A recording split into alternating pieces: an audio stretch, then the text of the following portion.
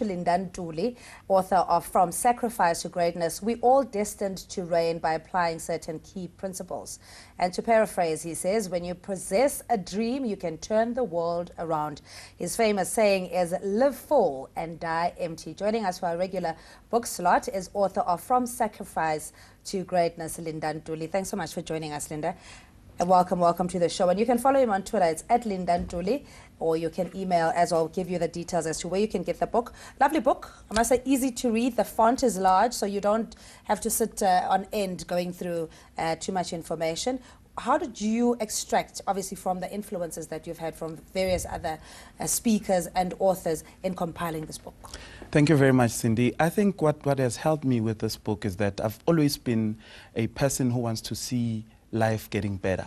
So it became easy for me to work on that because this was my second book. My first book was a struggle. It took me about 4 years. You know, I was working on it for about 4 years. But this, it took me about 2 years. But it's something that I've always been passionate about. Okay, let's start with your adversities, because you talk about that you started out selling coal, and of course you know from an impoverished background, and you turned that into opportunities. Tell us your journey. I grew up in Soweto in a township known as Mdeni.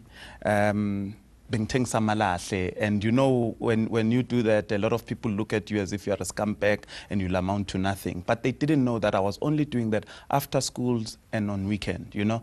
And I made it my business to say, you know what, whatever they say to me, it's gonna just bounce back. All I'm gonna do is to prove them wrong by not answering them, but by working hard, and my work will answer them. Yeah. God is good and faithful, because look at you now from Mukting Samalahle, and I can see your nails are manicured, and you know, you put together very nicely. I mean, that's the opposite of the two scales. You and your friends' dedication and determination had always been in your makeup, because you talk about the time when you were in matric, that you guys would spend even New Year's Eve studying for your next grade. We were hungry. You see, when you are hungry, Cindy, you are able to do things that people who are not hungry are not going to be able to do. I remember before we went for our matric, when we just passed our grade 11, we started collecting books for our matric. We were going to people who were doing matric in that year, and we said, please give us your book.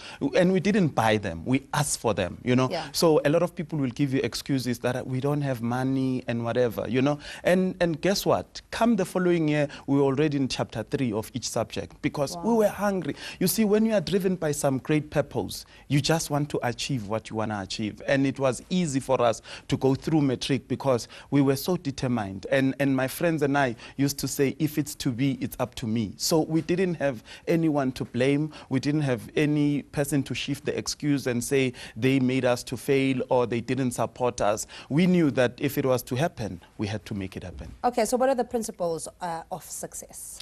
Principles of success, easy.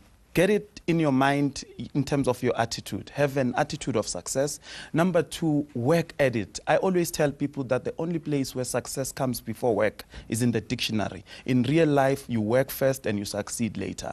So you need to surround yourself with also people who are driven, who are hungry as you are. You know, if you are to master principles of success, you need to have the right networks. I always say that your networks create your net worth, which means the people that you surround yourself with, if they are complainers, it doesn't matter how positive you are, you'll find yourself complaining. But if you surround yourself with people who are driven, who are hungry, you'll find yourself being driven, you know. And I always tell people that you need 3 types of people in your life.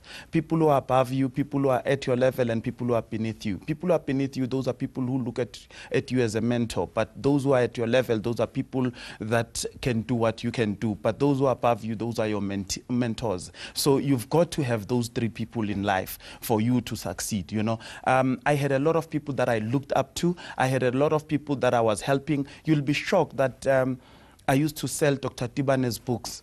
You know, I used to sell Bo T.D. Jake's books, Bo John Maxwell's books, Bo Dr. DiMartini, because I was a student, and I believe that if you want to be brilliant at something, you must learn all the ropes, you know. And now that is helping me to sell my books better, to sell my message better, and to help other people to come out of where they are. Yeah, but are you reaching, you know, I often say we speak to the converted, because I hear you, I'm totally wired to what you're saying, but When you have nothing and maybe, you know, you raised in despair and you're told you're not going to amount to anything, you live in obscurity and all sorts of things, it's not easy to be motivated. So how far does your CSI reach in that sense? You'll be shocked, eh? It reaches to the lowest of the lowest in terms of LSMs. And Yeah. I've seen that people are hungry under normal circumstances. It's just that there are a lot of distractions that you've got to deal with, you know. So what motivation does, it brings that structure. It brings that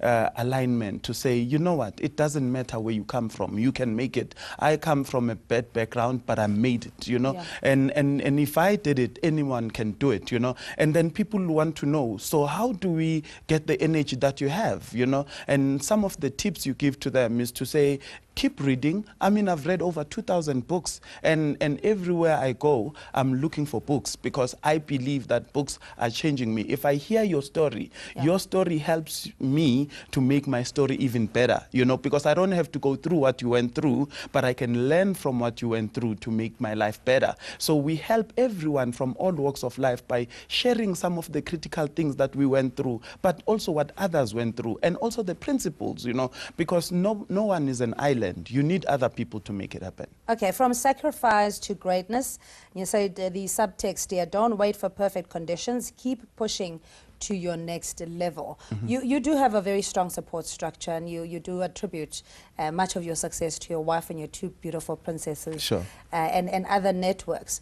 In making tough decisions, especially where you're not courageous enough to offend or to let go of people. You know, we sometimes tend to hold Sure, on to yes. people because you just don't have the vocabulary to tell them you're not good enough for me. Yeah. So how do we make those kind of choices if they're bad influences around you?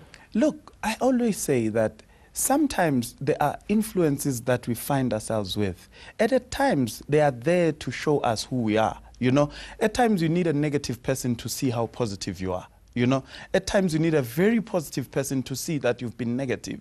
You've been an undertaker. I always speak about 3 types of people: undertakers, caretakers, and overtakers. You know, overtakers are always referred to them as risk takers. Undertakers, they don't care about anything. Actually, undertakers will not value you because they don't value themselves. So that's the thing about them. But caretakers, they are neither hot nor cold. They are in between, you know, and because of that reason, they just go with the flow. When they are with you, they say bad things about your other friends. When they're with your other friends, they say bad things about you.